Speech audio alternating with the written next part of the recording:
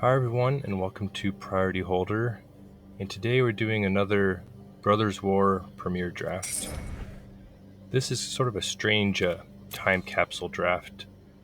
The deck was drafted early in the format, but the games weren't played until the last day of the format. Just sort of happened to work out like that. But we get an exciting pack one. You can see we have a nice mythic right there. Mishra claimed by Gix. And this is one of the featured meld cards, and it's unlikely we'll be pulling that off in this draft. But this mythic is intrinsically good anyway. It's 4 mana, 3/5, and basically makes it whenever our creatures attack, they each drain for 1, which is incredibly powerful. And if you've watched my limited videos before now, you know I'm going to be heavily rare drafting, and I'll be doing a lot of reading still, because like I said, this is drafted like right in the beginning of the set. So I'm going over the cards, but very happy to start with the Mythic Mishra. Also looking at the sort of old artifacts that are splashed into the set as well.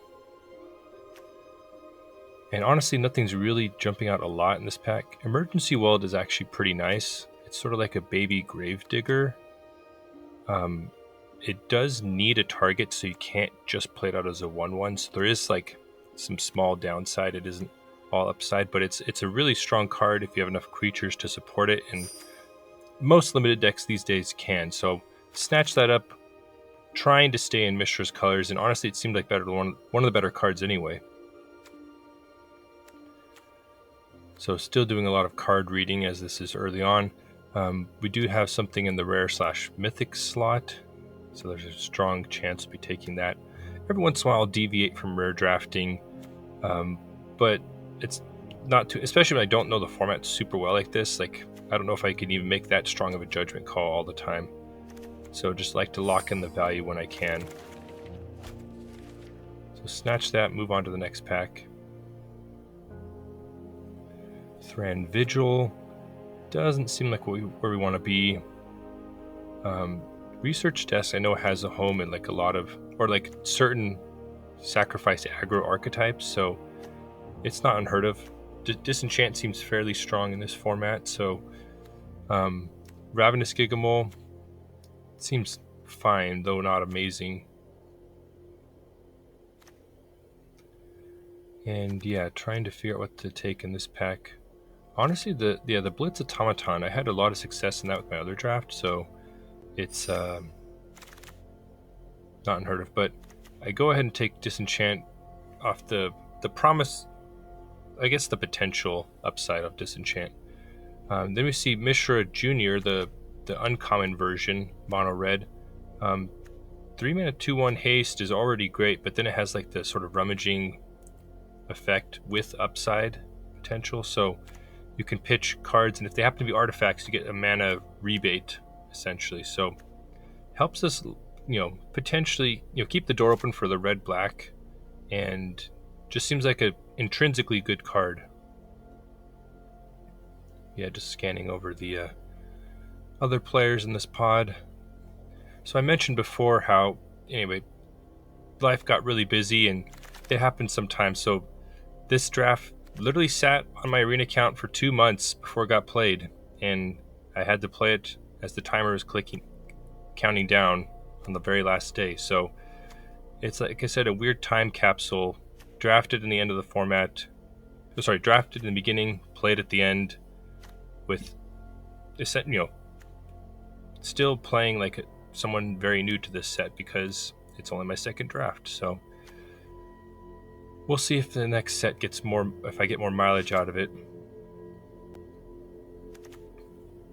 Taking the equipment here, was not super impressed by other stuff, and just going for the upside. I don't know, there's like artifact sub-themes in here, and honestly, equipment sub-themes. Pyrrhic Blast, Unleash Shell, the Juggernaut has been good for me. You have to be like aggressive leaning for that.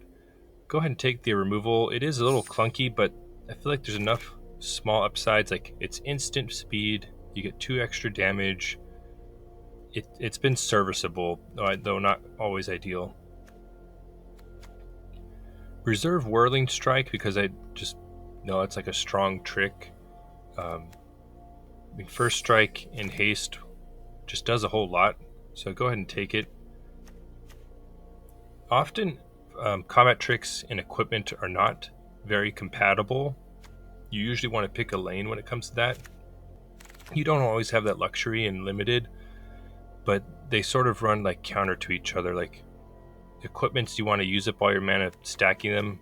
Tricks, you want to hold open mana to use them. So they tend to not combine super well. But it's I'm picking up still black and red cards, maybe tunnel visioning into the colors a little bit too much, but it honestly seemed like they're flowing decently, like we're not really missing anything from the other colors. And I think sometimes if you have a card as strong as Mythic Mishra, it doesn't hurt to push toward those colors a little bit. If not necessarily outright force them, but try and nudge yourself in that direction. And now we're sort of at like the dregs of the pack. There's not a lot going on, just making sure I can read all the cards. See this Thran Power Suit, and I'm excited about the equipment something. You can see me mulling over the Dwarf as well. The Dwarf is not a high impact card in most decks, but it could be serviceable just literally as a 2-mana creature. I went for the upside of the equipment, but you could see right here rewarded with Tyrant of Care Ridges. Just a very strong card, just game ender, strong in a lot of situations. I'm very happy to see that, and of course it's on color for us, so very happy to slam that card from pack 2. And feels like a pretty good power level boost just adding that to our deck, combined with Mishra. Just gives us some nice power cards to draw into. Looking at the Thopter, Corrupt is nice. It can be hard to pull off. Obliterating Bolt just seems like the obvious card here. Disfigure is nice. Like if the Bolt was replaced with something lame, I'd probably grab the Disfigure, but just as like a pretty strong removal spell, happy to take the Obliterating Bolt.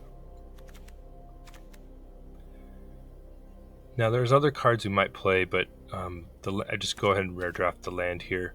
We're definitely not going to be able to play it. They costed it such so it's not splashable, essentially. If there was one green pip, we would definitely consider it, but we're nowhere near splashing that ability, so that's just going to be drafting for future constructed decks.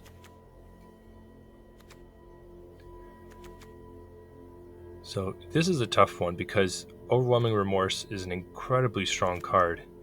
It gets discounted for each creature in your graveyard, so it just gets more powerful as the game goes on. It gets cheaper, and it exiles. So you could see me agonizing, like, there is a rare to rare draft, but that card would make our deck so much better. So, yeah, you could see me. I hold off on rare drafting for one pick. We'll see what happens, but that card just seemed too powerful to pass.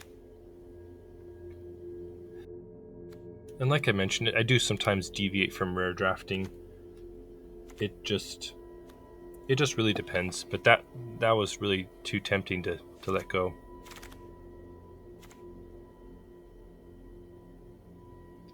So rewarded here with Junkyard Genius. It's reassuring, like, okay, we must be in the right colors then if we're getting past Junkyard Genius this late. It's just a really strong card. It lets you sacrifice creatures or artifacts to pump your team and give them menace temporarily. And you can do that as long as you have mana and fodder to feed it, so it can explode for a lot of damage out of nowhere. So very, very, very happy to see that one. And you have a couple red and black cards to choose from here, closing out this pack. Nothing like super exciting. I'm not a big fan of that prototype up there. The Warplow is interesting. Like, it's not amazing on either end, but it's a cheap creature and potentially a bigger threat later on.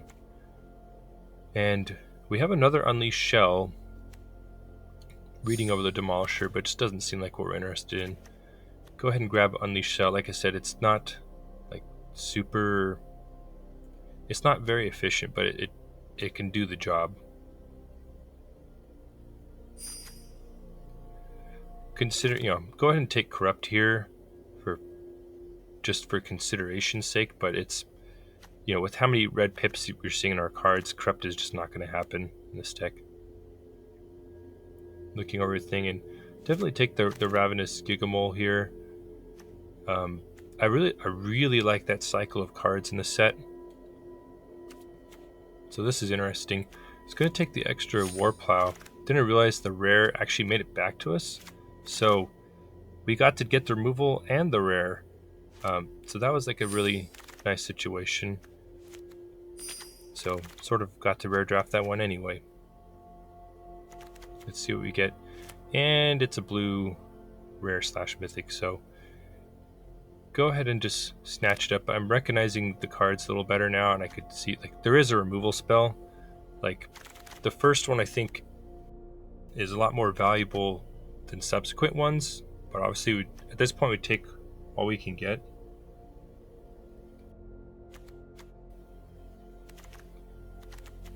Yeah, still looking here to see Unwinding Clock.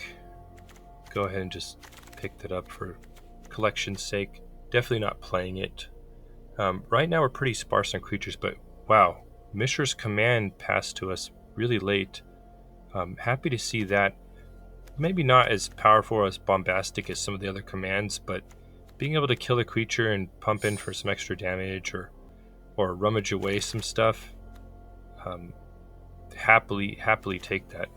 And that makes us missing the removal spell sting a lot less.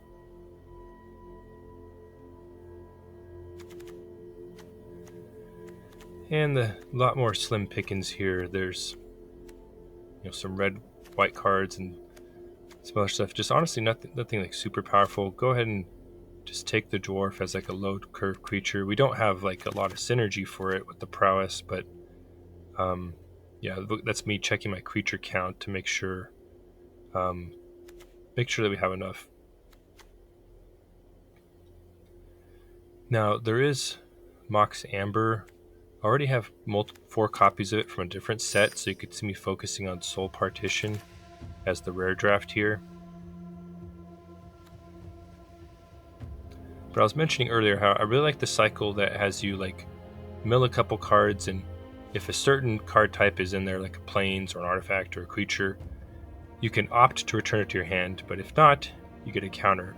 And I like how it's not all or nothing. So many times like those cards are like, it feels so bad when you whiff. But I like how not only is there a little safety net if you whiff, but it's optional. You can actually opt out of returning the card if the counter is actually more valuable. So it adds not only a little safety net, but adds some strategic gameplay. So huge fan of that cycle in the set. Go ahead and take the card draw creature right there. Just decide to try. It's like a grindy kind of card that seems pretty good in this deck. End up nabbing the rare here. Nothing really jumping out to me. We have Pyrrhic Blast. It seems really good, especially with like a lot of potentially high power creatures. I take it here for the upside, but honestly, like if you look at our creature base, we're mostly small creatures anyway. Like there's nothing super exciting to use that as a fling with, so doesn't seem. I was initially very excited to try it out, but in retrospect, like we just don't have anything really juicy to fling, and sometimes that can just provide the last points of burn. You just need 2 or 3 points to kill them. Like there's that instance, but those fling cards can sometimes really rot in your hand in a lot of situations where you can't afford to ditch your creature, or if you need to use it on removal mode, it's not super great. It's like a conditional bone splinters, So we're just navigating our way through these last few cards. Sibling Rivalry has, we do have some sacrifice outlets, so I grabbed that to to at least have the option during deck building. Take the Aeronaut's Wings. Evasion's always pretty strong. Mishra's Onslaught seems okay. I'm a fan of those kind of modal cards. So you can see we have some cuts to make. And we have some options despite the heavy rare drafting. Start making some cuts right now. And you can see the final version right here. Jumped forward in time. Cut the equipment package. We're basically just on classic red-black removal tribal. 14 creatures and most of the removal spells, a couple combat tricks thrown in there. Decided to cut the blatant thievery effect. Just didn't have much sacrifice outlets, so. But yeah, that's what it looks like. Let's jump into game 1. So a very serviceable hand. Definitely not exciting. Happy to see the dragon though, but we are going to need another red source. And we at least have like the 2-3 curve out. So opponent plays a soldier. Drawing the removal spell is really nice. The Mishra's Command. So opponent could like spend their turn giving their creature flying to get it past our blockers. We'll have to see what they do.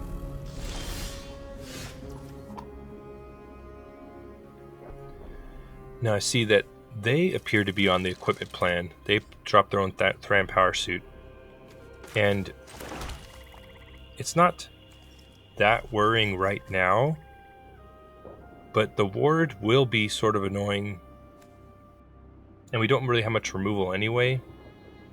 So you could see me considering, do I play the flyer or do I fire off Mishra's Command before they can suit up their creature?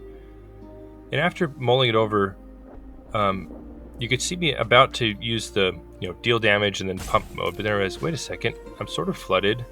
It's actually pretty nice to do the rummage mode right now. And I think that is a really good choice that I almost didn't make and almost deal damage to my own creature. But yeah, we get to pitch 2 swamps, which are no good for helping us cast our dragon, and really glad we did that. Helps draw us some more action. Unfortunately, our double red card, but we'll see. That actually was a pretty good play. So opponent plays an artifact. Doesn't seem super, it's Slagstone Refinery. Doesn't seem super impactful. So trying to figure out what to do. Most mana efficient play is just to drop the Gigamole. See if we hit anything good. We just hit a 2-1, which honestly doesn't seem that great. So this is one of those instances I was talking about where you have like the autonomy to decide. So I actually decline it because I figured a 3-4 is more valuable at this point. So they play the Refractor. And they play a 2-1.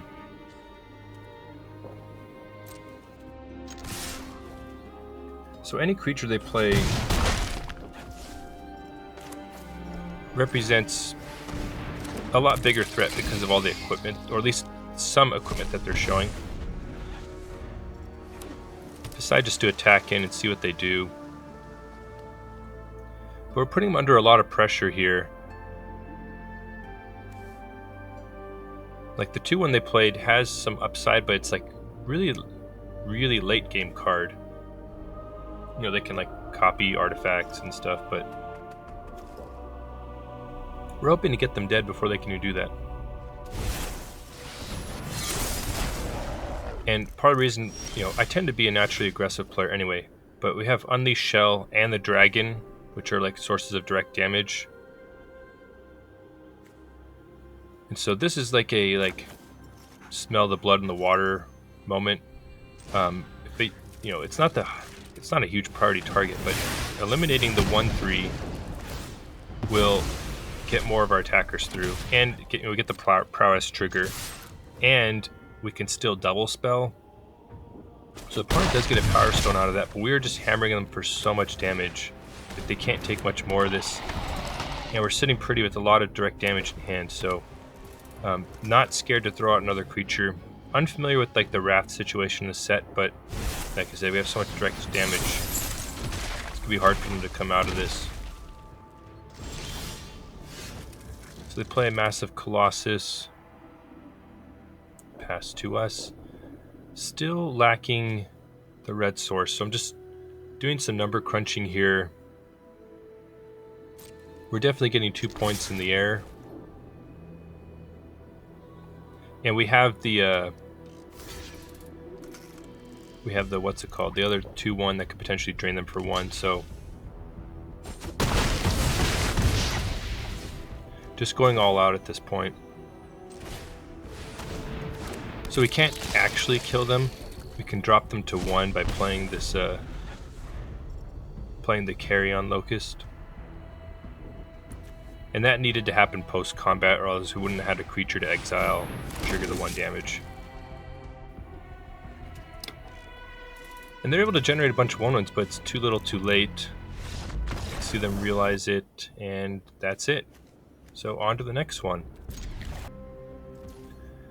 So this is just like a classic removal tribal hand. You know, no creatures, well, 1 expensive creature, 3 removal spells. Let's do this.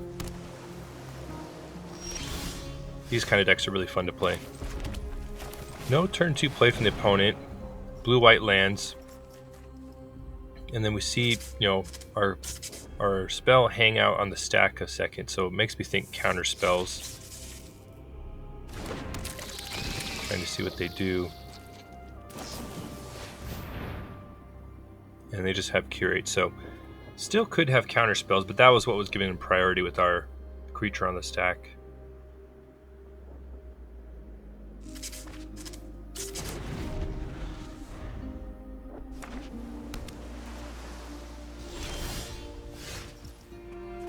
Another island and pass.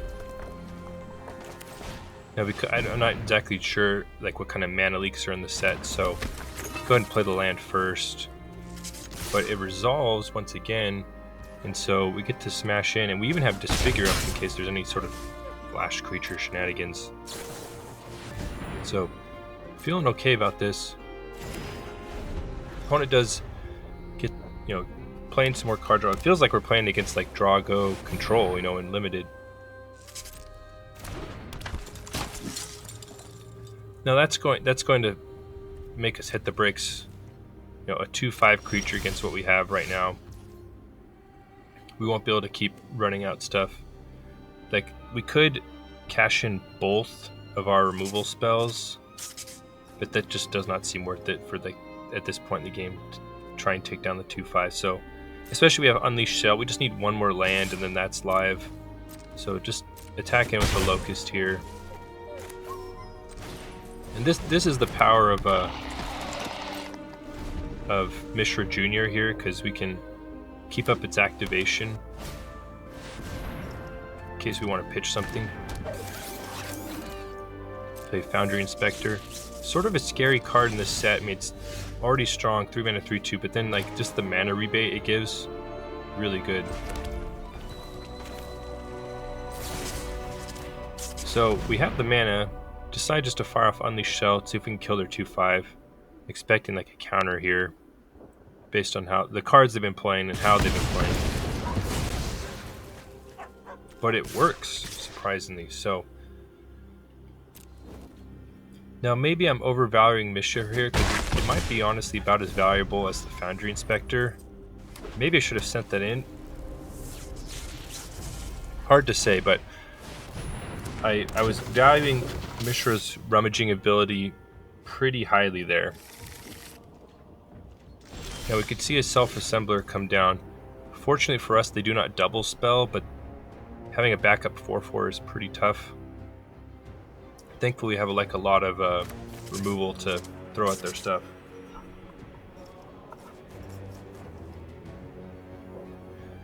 Now this is me just trying to decide, should I use it? Should I play something else? But decide just to keep going aggro. This gives us like another big attack.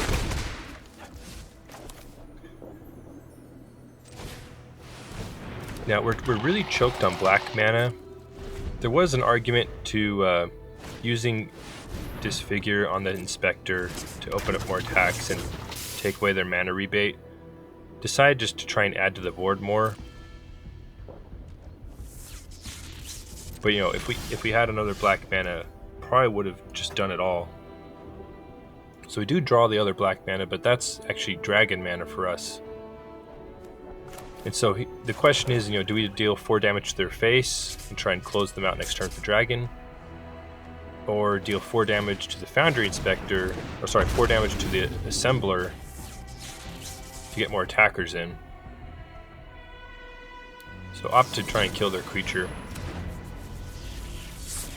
But they have like a stifle effect, so I believe it's defabricate. So hit them with the flyer and pass, but they're still in pretty huge trouble here with this massive dragon, which has fire breathing. Anyway, they pass back to us. Opt to fire off Mishra pre-combat just to dig up any removal or tricks we have. And we do find one. So that makes our attacks a lot more powerful. That means we could send everything in thanks to that combat trick. So we have not only fire breathing on the dragon, we have the pump spell, and we have disfigure all up. So sure, they have 6 mana, but we have a lot. You know, right now they're dead to what we have. So I pumped the dragon just once, just to see, you know, as it stands, they're dead. So we're making them do something. So they played desynchronize, and it gives us the option of putting it on top or bottom. And I just don't like these effects. Like, they're okay if you're like super tempo oriented, but you know, we're gonna get to put the dragon on top and get its 4 damage trigger again. So not worried about that at all. And that took like their whole turn. Now that is a scry 2 to the top right there, so that's, you know, a little alarming that they liked the cards on top that much. But fortunately, we have the combat trick that basically, you know, we keep everything out, and so they have 4 creatures to deal with in play, plus 4 damage from the dragon coming down. So, and I opt to finally use disfigure here. I figure one way they can come back is by stringing out a bunch of artifacts with the rebate from that. So they're able to gain a bit more life. Decide just to go for the kill anyway, so attack them for 6. Play the dragon. And they have the counter spell, so they live to see another turn, but it's looking bleak for them as we try and eliminate their options. Looks like they got a little flooded, and that some of their spells just were a little clunky. They weren't able to like empty their hand. And that's it. On to the next one. Now, trying to decide what to do with this hand. It's a little tough. This is where the weld card is a little rough, because we can't just run it out just as like a defender.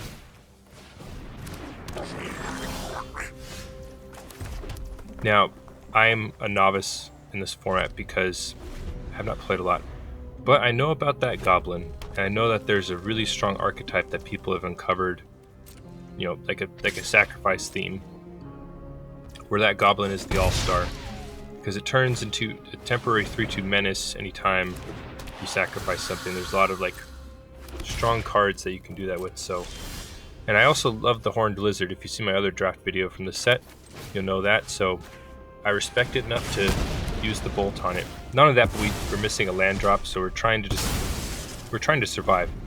And it kills the Power Stone for good measure, so that was just a very high priority target. Not unhappy at all to use removal on it. Elsewhere Flask, so you could see there's a lot of strong artifacts that like replace themselves and then have a, you know, on-demand sacrifice for pumping up like the goblin and stuff. Mishra's Research Desk, another strong sacrifice enabler. See the goblin getting powered up, and yeah, they're just cashing in. So thankfully we draw the land. It would have, that we absolutely needed it there, like, to not fall too far behind. So the question is, do we play the Locust or do we kill the Goblin while it's like a shields down moment? So I was trying to play for the late game. Not only that, but this seems like an opportune time to rummage, like us being mana screwed and like wanting things to do. Not only that, but we have cards that let us pick up creatures from the graveyard. So definitely pitched a combat trick where no creatures in play. And trying to decide, end up pitching the Locust. Even though it is castable, we can rebuy it with the Weld card. So, and the Goblin is just a huge threat. It's hard to block. It can be pumped a lot. Anyway, it's just. So they play the Scrapsmith. See if they get any hits. They do. They opt to bring it to hand. So opponent seems like they have like a really good mono red, artifact sacrifice archetype going on. But it feels like we've been able to stabilize a little bit. We've been able to draw the third land on time, or at least soon enough, rummage our way into the fourth land, and now we're going to draw another card off the Scrapwork Rager and deter attacking a little bit. So we get another land, which is great. The opponent's thinking about the research desk.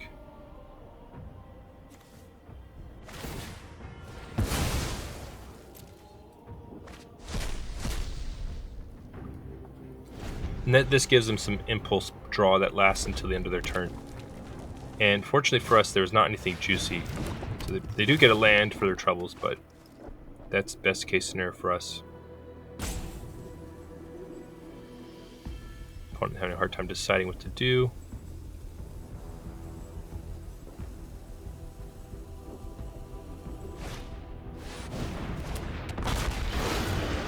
And they play the 4/3 that stops life gain.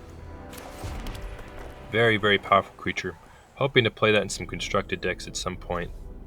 Just overstated and strong ability.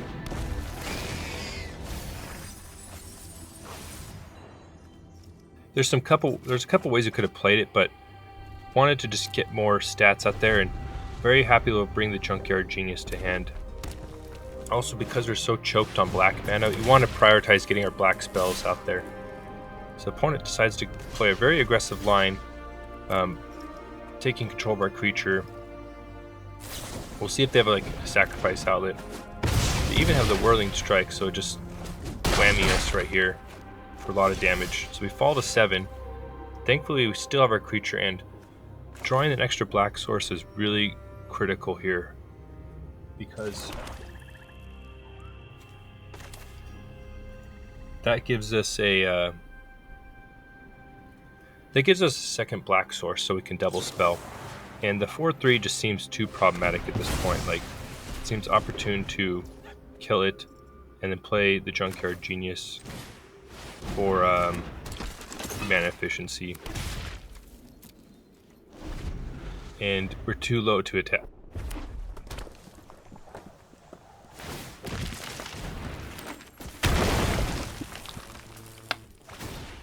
Alright, so they play another desk. And this can help them when they start flying. And opponent sort of whiffs again. Double mountain.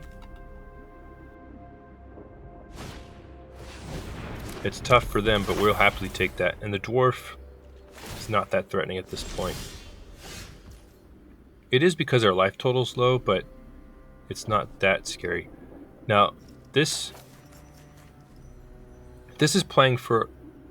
This is a really big upside play. So I want to emergency weld the Rager back to our hand to get more card draw opportunity.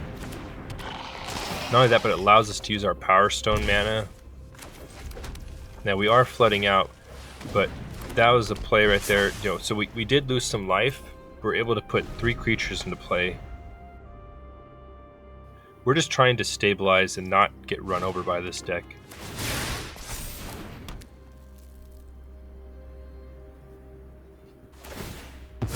You can see they have all the prime sacrifice enablers, so they're going to Mishra's Bobble us. See if we're drawing anything good.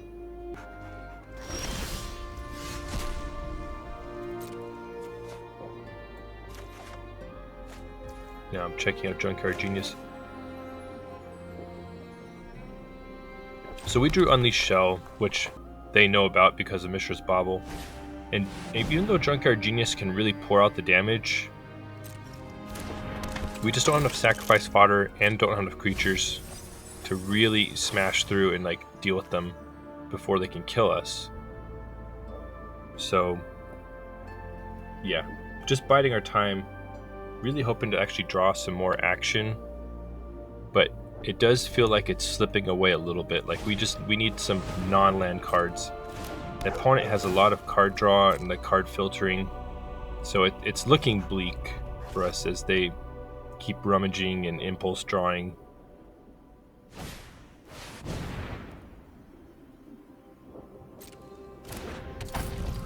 So they play the Strongbow.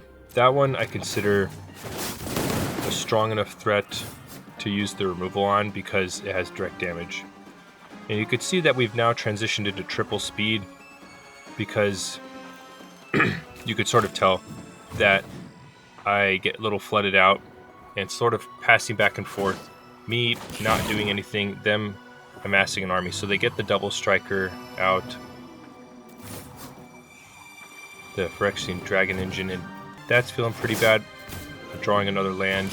So it took a little while to play out. Like we fought the good fight, but here they make an additional double striker, and they're almost to the point where they can just attack in and overwhelm us. And so they have, you know, a thievery effect. We sacrifice our creature to try and combat that a little bit, but we're just slipping.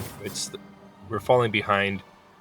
Not to mention if we even kill the dragon engines, that, or at least the main one, when they replay it from the graveyard, it's going to refill their hand again. You know, we're just super dead at this point. So, but I fought the good fight. It just was not in the cards here. So at this point, we concede the game and move on to the next one. Happy to see, you know, both colors of mana, Disfigure, Junkyard Genius. Seems like a good hand.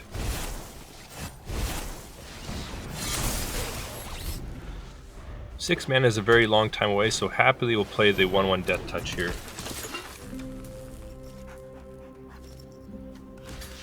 And they play Feldon and attack.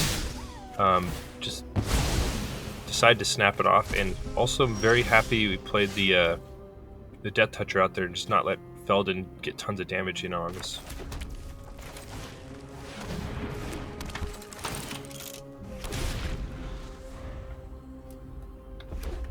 So we play Junkyard Genius and pass.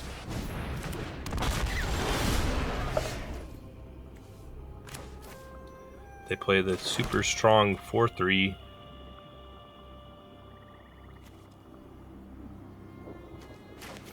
And you can see me hesitating here because Overwhelming Response is more powerful. Like, we'll be able to Unleash Shell it next turn. And yeah, I guess I'm not really sure. I just felt like at least seems like Unleashed Shell will be able to kill most of their things anyway, and that the 4/3 would just hit us for so much damage. Yeah, I don't know. I'm not sure if I could very strongly justify it, but it seemed the right move. Now that is a problem. The fact that can sacrifice, you can deal direct damage, it can grow.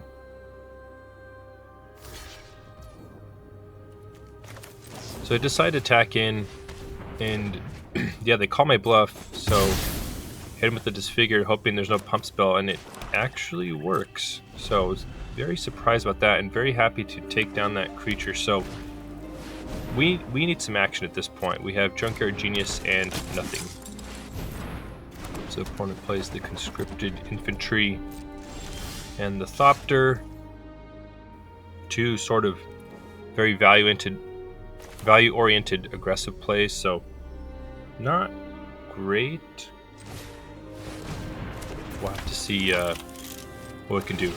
This, however, was an amazing draw. Mishra, because we can rummage away the lands and try and get some action.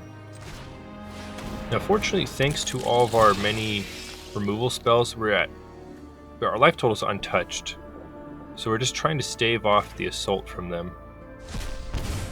Trying to figure out what to take. End up taking Feldon. They probably don't have any creature recursion in red-white, but just trying to play due diligence. Now, Blitz Automaton is tough. I strongly considered double blocking the Automaton, but then I thought about it and was like, well, then I have to figure out a way to deal with the flyer.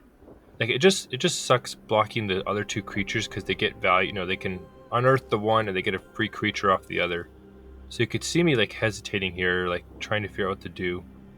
The Automaton is threatening, like it hits us for 6 every turn. But it sucks catching in 2 creatures to kill 1, and then we have 2 value creatures to deal with. So decide just to bite the bullet here and block the value creatures and hope that Mishra can rummage our way into something to deal with the 6/4. That is not it, so decide just to gamble, and we're definitely not blocking with Mishra, and it's another land. So it's tough, but on the at least it's something to discard to Mishra next turn. So we fall to 5. The Thopter's gone for good now, fortunately. Okay, so that's helpful. We draw a 2/1, so we can at least chump the 6/4.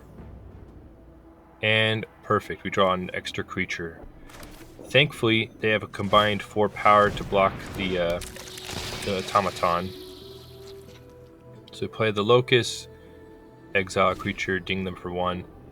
We're in pure survival mode now, hoping that they, like 1 removal spell or 1 combat trick will just decimate us. And that pre-combat land sort of indicates they don't have anything going on. And we pull off the double block, and wow, we draw a card draw source. It's going to cost us some life, but we're not shy of paying life. We love black. Alright, and perfect. Draw another creature. So we can finally attack in with Mishra, knock them to 10. It's, there's a lot of sources of direct damage, so we can't just twiddle our thumbs too long. We have to get them dead. But it seems like the tables are turning. We did pick up the counter on that creature, which is important, and wow. There we go. Mishra claimed by Gix. That is not only going to help kill them faster, it will help stabilize us in the process. So that was a massive draw there. Drastically increased our clock and won us the game. Or at least closed the game. The Mishra Jr. actually won us the game with those clutch rummaging away those lands. So that was a fun game. The opponent did get flooded. Like, there was probably a lot of draws they had that could have killed us. So had to acknowledge that. But still, it was a fun game. We're into the next fight. Seeing black-green, and that's a really strong creature. 3/2 that makes a Power Stone. Not bad at all.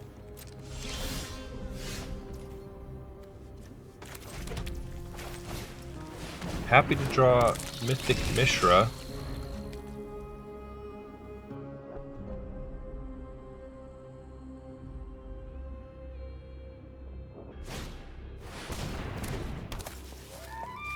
Burnished Heart.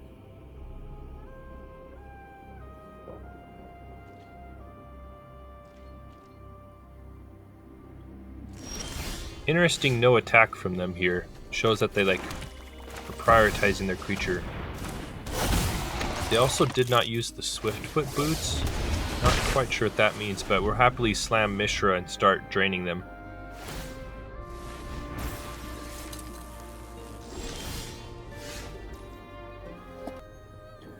Alright, so opponent is a little mana screwed, possibly color screwed, but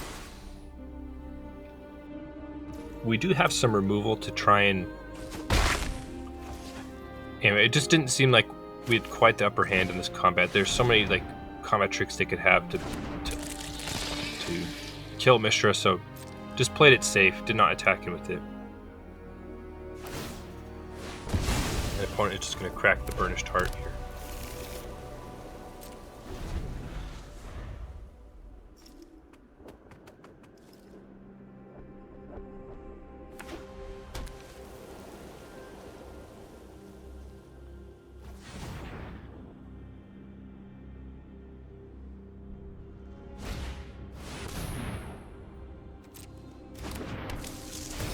Skyfisher Spider. Just a strong card, just does it all.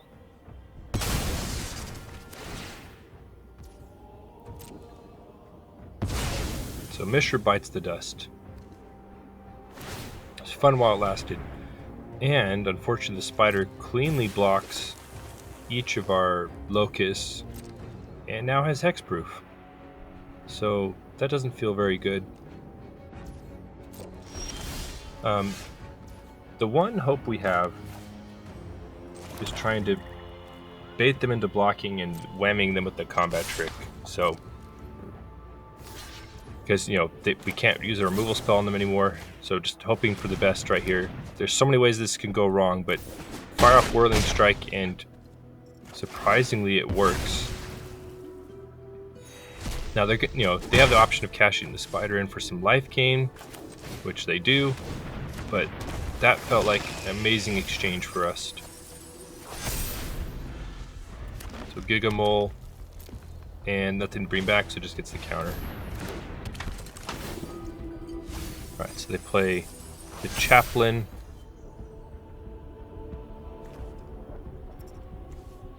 Just scanning over what kind of cards they have in their deck. Very happy they didn't get either of those cards in hand. So, very glad to see those in the graveyard. But they hit our biggest creature at the prison sentence. It does seem like a little bit of a sign of desperation that they're doing that. Like, happy to see that happen. Because the 3/4 is honestly doesn't seem that amazing, so the fact that they felt it was worth that removal, it makes me happy. Now we're gonna have a hard time using any of our removal spells with the on-demand hexproof all the time.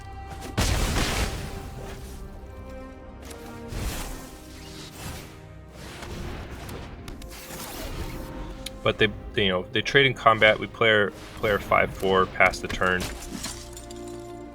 They play a creature, they give it hexproof, we can't do anything about it. Oh, and they have artifact destruction. So they attack in. It seems a little. Well, I guess they're not blocking the 2/1 anyway. Yes, that was a fine attack by them. Then we have all these removal spells, and now I'm getting a little uneasy. Like, okay, can I actually race them? Like, it's gonna take me 5 turns to kill them. Take them a little longer to kill me, but like, you know, any pump spell could change that drastically.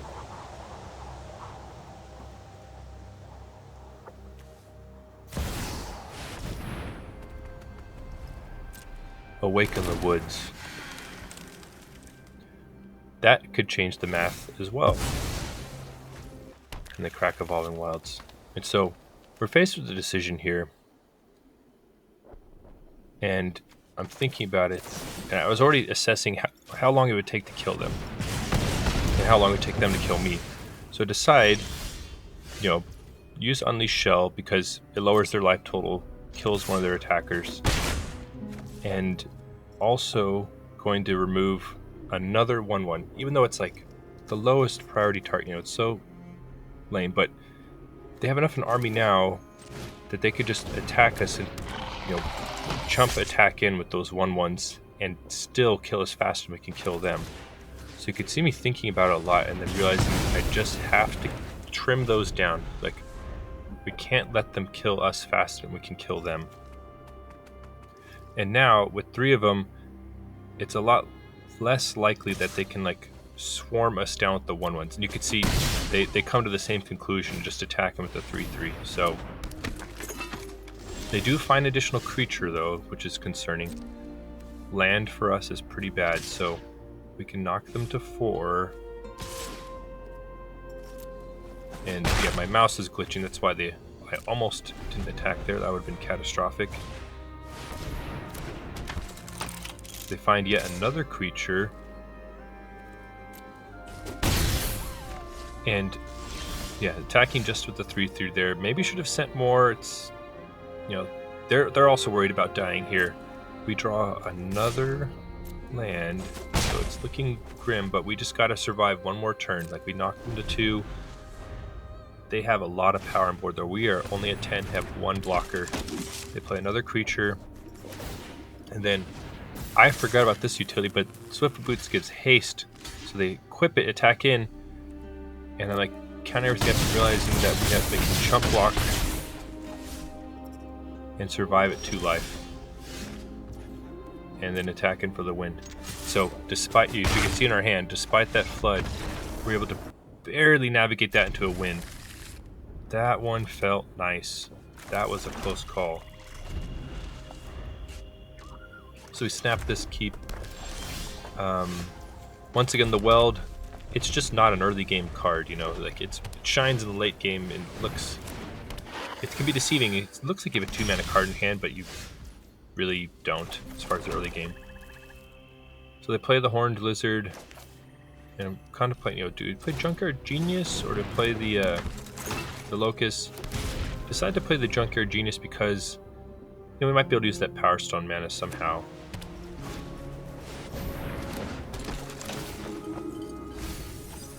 Play the Chaplain. Chaplain is just a great card. And yeah, they opt to put the planes in their hand. Now, the Horned Lizard also is a great card. I also just like Horned Lizards anyway, so like it gets extra points in my book for that as well. So I'm not really blocking the Lizard, or not planning to. Not blocking the Flyer, so send that in for the attack. Play the Gigamole. See if we could fill up our graveyard. Because we could put that in the hand, or we could leave it in the graveyard and pick it up later with the Weld. So you could see me contemplate, do I pick it up now? Honestly, the Skull Flare just doesn't seem that great right now. So opt to just leave it and pick it up later with the Weld if we need to. The opponent decides to use a Bolt on our Mole, and that was that. So they smash us again, and fortunately now we can start double spelling. And I'm hesitating here to try to figure out, like, you know, there's a lot of different combinations of double spells. Like, we can bring back the Mole, which can then try and fish for another creature, or we can just play the Infiltrator and the Locust. Ultimately is what I decided to do. Just sort of delay the decision a little bit more. We don't get to drain them, but we get to eat a Sculpting Steel, and there honestly is probably a way they could get it back in these colors, so not the worst thing to get rid of in the graveyard.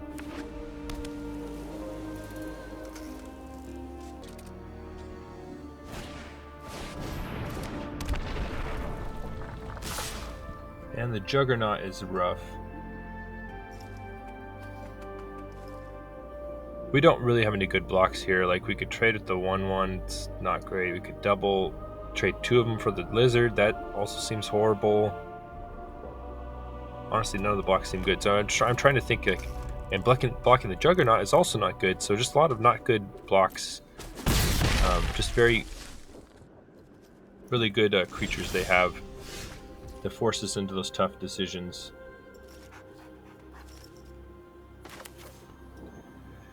Now this is the point, you know, do you play the extra land to have more mana to use the Weld and whatever it may pick up, or do you hold on to it for Mishra Jr. to rummage away potentially if we draw that? That's what I'm thinking of right here, is whether to play or hold it. It seems valuable enough right now to play it and have enough mana to use all of our spells.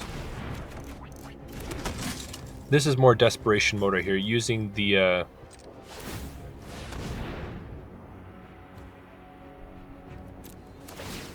oh yeah, so decide to go aggro here, not play defensive. Realizing that by creating the 1/1 and giving it haste with the Junkyard Genius, we can threaten a ton of damage here. This is the power of Junkyard Genius right here. And the reason I felt like going for it also is because we could still hold up Whirling Strike and allow for this huge blowout right here. And so we kill their Juggernaut and smash them for a ton of damage. Now they go to 6. And the thing about Unearth is that it's an inherently offensive mechanic. You know, it only gives them haste, it does it on your turn, so like they can't like unearth the Juggernaut to block with it. So they use Mishra's Command to rummage some lands away and pass. And so now we have them on the back foot, so that feels pretty good. So we play Mishra Jr. And the question is, how do we attack here?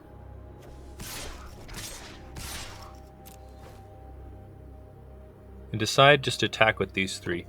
Argument could be made to attack with all of them, but decide to just play a little safer. Like there is some way they could shell out a bunch of damage and like kill us. So didn't want to go too aggro and maybe like let them block away the 1/1 and get a lot of value. So they play a defensive Whirling Strike. We eat one of their creatures and they fall to 4. Play our 2/3 and pass. And so the Juggernaut's in their graveyard, but it's, as far as them not dying, it's not contributing to that goal. But it does eat a chunk of our life total.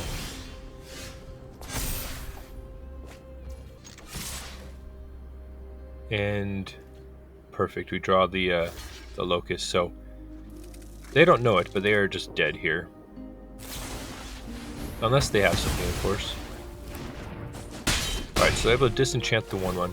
Block our 2/1. Take 3. Doesn't matter because we have the extra drain up the Locust. So honestly, these Locusts have been doing work. Like, it's one of those like greater than the sum of its parts things. Like the fact that it's a flyer, the fact that it exiles from the graveyard, the fact that it can chip in the damage. Just, anyway, it's been working really nice in this run, as you could see. On to the next game.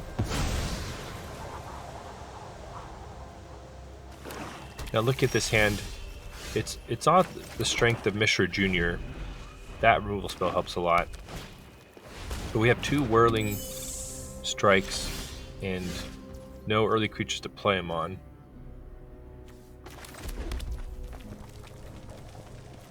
So we can play Mishra Jr. and do we attack in? Do we not attack? Decide not to attack. We're the kind of deck that wants to extend the game. We don't want it. Attack in. Opt not to block. There's so many tricks they could have to just blow us out. Play the Skull Flare and pass.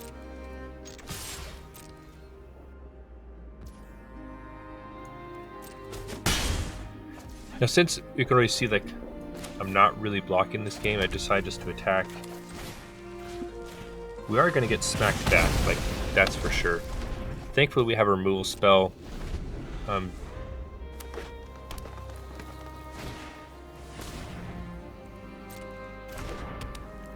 then they play that. So now that little creature is smacking us for a lot more damage. And Mishra, I'm going to put it on the defensive. Nice thing about it being on the defensive is we could still activate its rummage ability. So we could play a land and just pass. None of that, but we have combat tricks to try and win the battle against it. They probably have combat tricks as well. So we have to be mindful of that.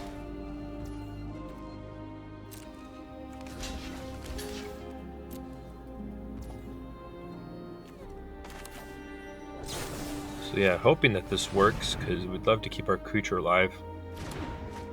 Thankfully we have the emergency weld to bring it back. So waiting, and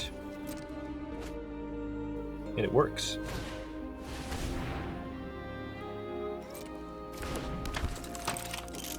They play the 1/2. That's sort of like an explorability.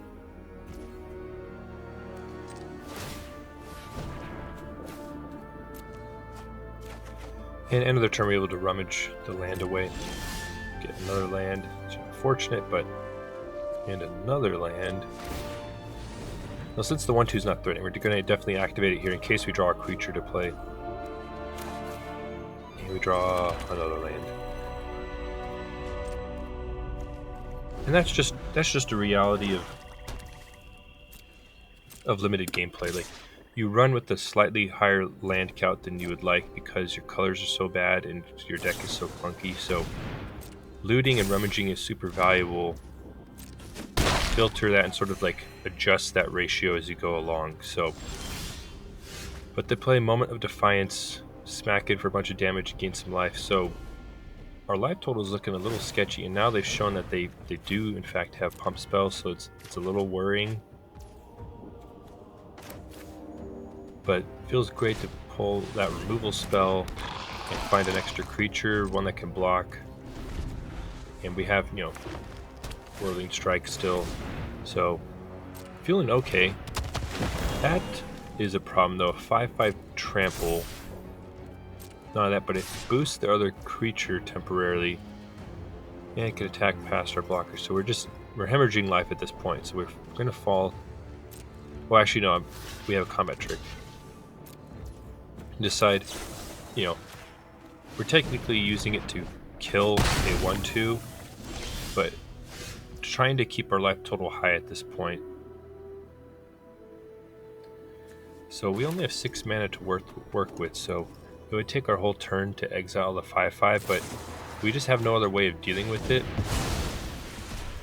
And it's a shields down moment for them, so it seemed a high priority enough target to just fire it off, attack in, hopefully start putting them on the defensive.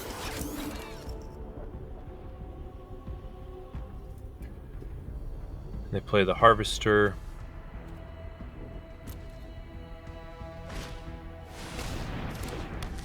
And Spider. The Spider's just so good. Really annoying. They get to sacrifice their creature, which has Unearth anyway, to kill Mishra Jr. Unleash Shell. So the mana is just a little clunky. So we have options. You know, we could play Weld, bring something back, and play it, and possibly Junkyard Genius. I am a little worried about that Spider. It's just, and then yeah, there's that creature in the graveyard. What I think I didn't give enough, I'm about to just fire off Unleash Shell. What I think I didn't give enough consideration to the fact that if they unearth their creature, they're going to eat our creature in our graveyard, and then all of a sudden Emergency Weld does nothing. So I think I was maybe a little overzealous there. That I should have waited on Unleash Shell and used Emergency Weld when I could, because you can see now the Harvester is going to come back.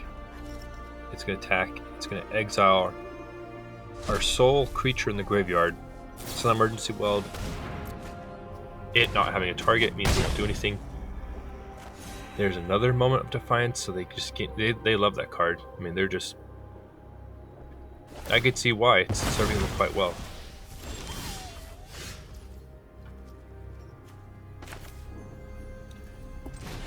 So Swamp here, while not the best, gives us, well, would have given us options, but you can see we have no creatures in the graveyard. So us being so creature lean this game, I think I should have prioritized Emergency Weld while I could have, especially with their like on-demand graveyard hate.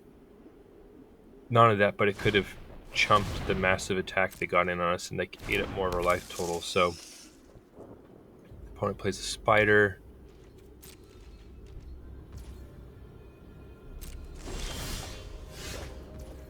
Not only that, but we've seen the power previously of Mishra Jr. being able to like rummage away lands, and so just getting that back and being able to keep digging for stuff would have been incredibly useful. So that was a pretty big loss, and that turn might come back to haunt us.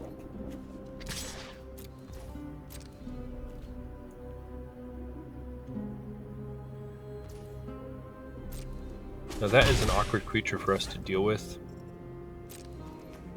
Tried to bait them into blocking and maybe fighting it out with the combat, with the disfigure, but they've already shown they have their own tricks. Alright, so they attack in. Decide just to go for the disfigure block right here. Hopefully our Junkyard Genius survives. Moment of Defiance number 3. Should have seen it coming by now. Fortunately, it doesn't save their creature. It just turns it into a trade. And they are just loaded with graveyard hate. That puts another lone creature into the bin for, back into our library, which is unfortunate. But we draw a big Mishra, and feeling amazing about this. I'm like, how much more can they have, at this point in the game? They do have a lot of cards in hand. But then we see Sundering Titan. And not feeling so good anymore. So they're able to, they have to blow up one of their forests, but they eat up 2 of our lands. Doesn't matter that much, we're sort of getting flooded. But that stonewalls us completely. Mishra will let us gain some life back, but we are just in big trouble. Like, we cannot let that Sundering Titan hit us even once. And you could see, like, not having that emergency weld 1/1 plus the creature previous, it's hurting us. So now thankfully we do have enough mana to like double spell. I'm just trying to plan out how to do this.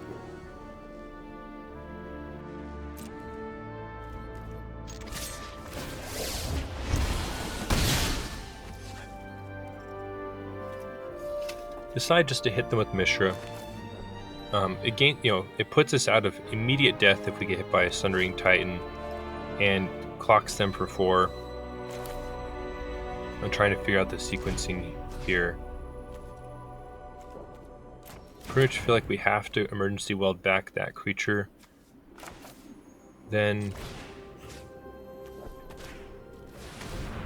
yeah, then it's a question of, do we play that or do we play the Locust?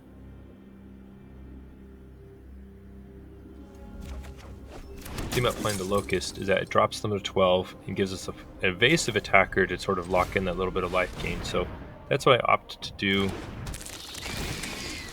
And their land destruction is mattering here, because if our lands weren't destroyed, we could have played the other creature as well. And they may not have been so safely just keep attacking us, because we could threaten just to kill them off the power of Mishra's triggered ability. So we have the 1/1 for chumping and a 2/1 flyer to keep getting in. However, opponent plays the Avenger, which can give itself haste. And that's still a problem. So now we have a choice. We definitely have to chump Titan, but we have to let the Avenger go through. So we just needed something not hasty and not big. So they had like a perfect threat to go for it right there. So they're analyzing what we have. A land there is tough. Like, basically, literally anything would have been so helpful. But a land is real tough right there. And attack with both, because we put them down to 5. We put ourselves up to 6. So, assuming they have nothing, we don't die from the Avenger. We have something to chump the Sundering Titan and maybe win the next turn. So I'm just playing pure upside right here. But wouldn't you know it, Moment of Defiance number 4. And to be fair, if I'm going to lose this game, at this point I want to lose to Moment of Defiance number 4. That was their trademark card, and they earned it. But thankfully we're still in this, and we're on to the next game. So I had the mulligan, and this hand is not super ideal.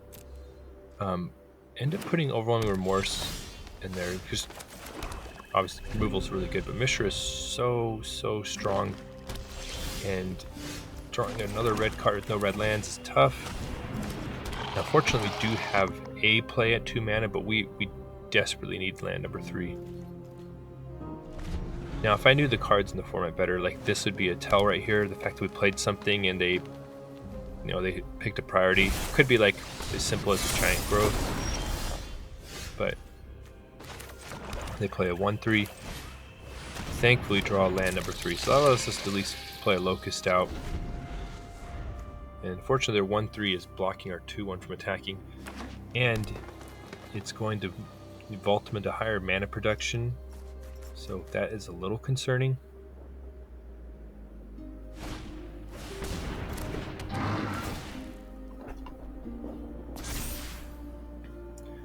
They play Simian Simulacrum. Now, I wasn't sure if they're going to add mana here and like double spell. They end up just attacking though. We'll happily just take the 3 damage. The Simulacrum is a problem though because it's going to come back and get them even more value. So we draw land number 4. Unfortunately, it's black, not helping us cast our red spells. But we're not really interested in blocking what they have going on. I was actually hoping they'd block with the Simulacrum because then we could eat it up with the second Locust and they wouldn't get the unearth value from it. The opponent must have sniffed that out or something and did not block. But they are really going all in on this creature. They add some more counters to it and then send right at us.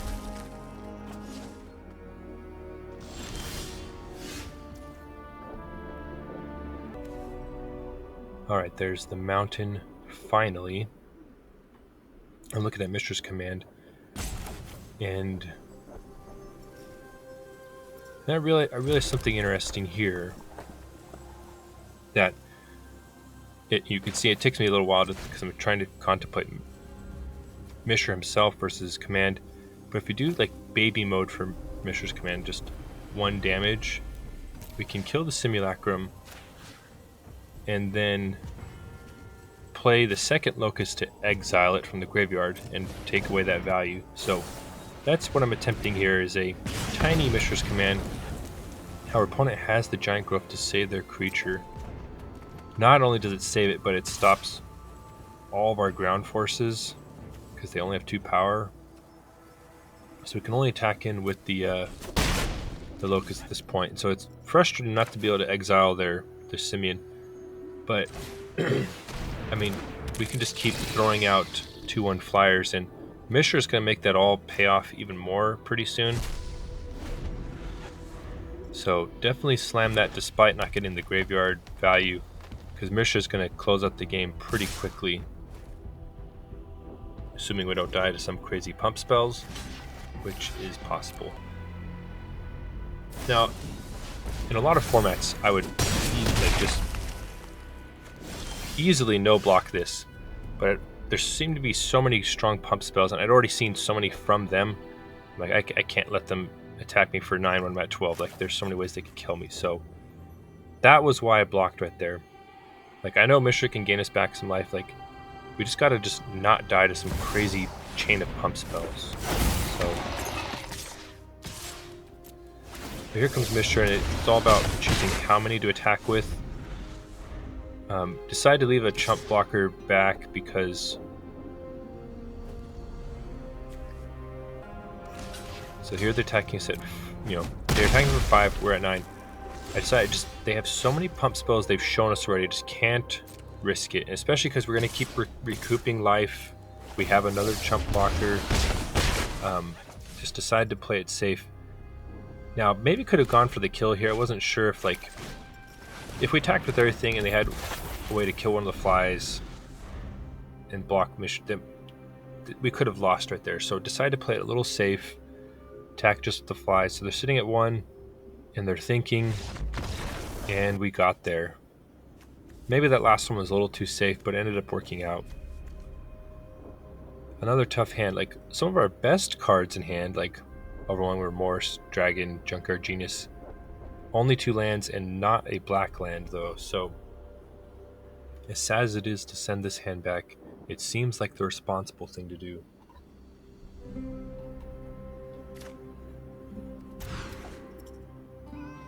So we mulligan, and the second Whirling Strike is definitely what gets put back. And honestly, like, the Whirling Strikes have been okay for us, but it's not as optimal in this build. We only have 14 creatures. I think you want a lot higher. You want a higher creature count if you're going to be playing any pump spells. You want targets for them. So often we're just trying to grind people out with removal, and like you can't use them. They're just that good at removal spells that they've been. They're that good of combat tricks that they've been okay for us. But they end up countering our 2/1, playing a flyer of their own, and so we can kill their flyer. Or we can play Mishra's Command, or just throw a Carrion Locust out there. Just play the Locust. We'll play Burnished Heart. No attack from them. Now, once again, I'm still learning this format on the last day it's available.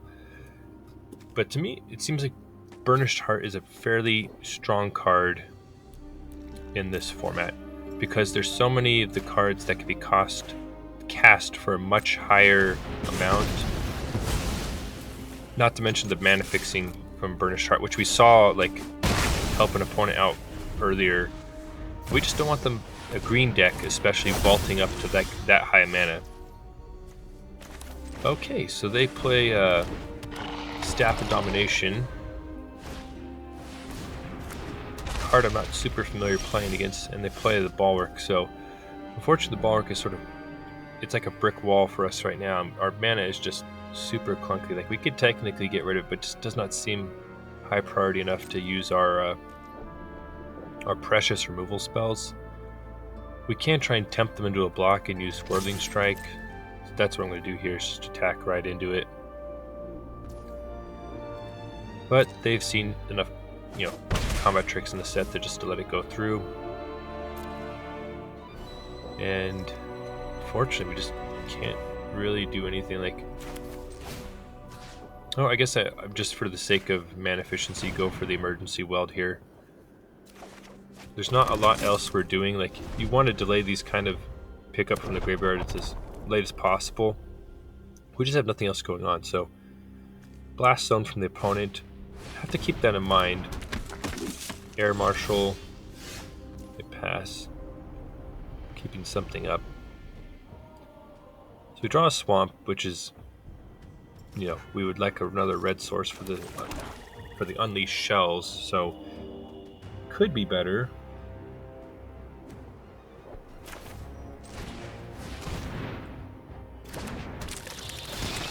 And we're sort of like stonewalled on the ground. So just use the Locust to get rid of the Burnished Heart. Figure there's more chance of them picking up an artifact / creature. Get rid of it for that reason. And they get the Surveil with the Bulwark. And then we see a Rust Goliath hit the bit. So things like that are why I was worried about Burnished Heart, because then they can start slamming 10/10 reach tramples really soon. And there's another one. So this one's just a 3/5 reach trample, which we can handle. Was really hoping to see a mountain there just to hammer it with the Unleashed Shell. So, but a Death Touch creature's, that's a fine consolation prize.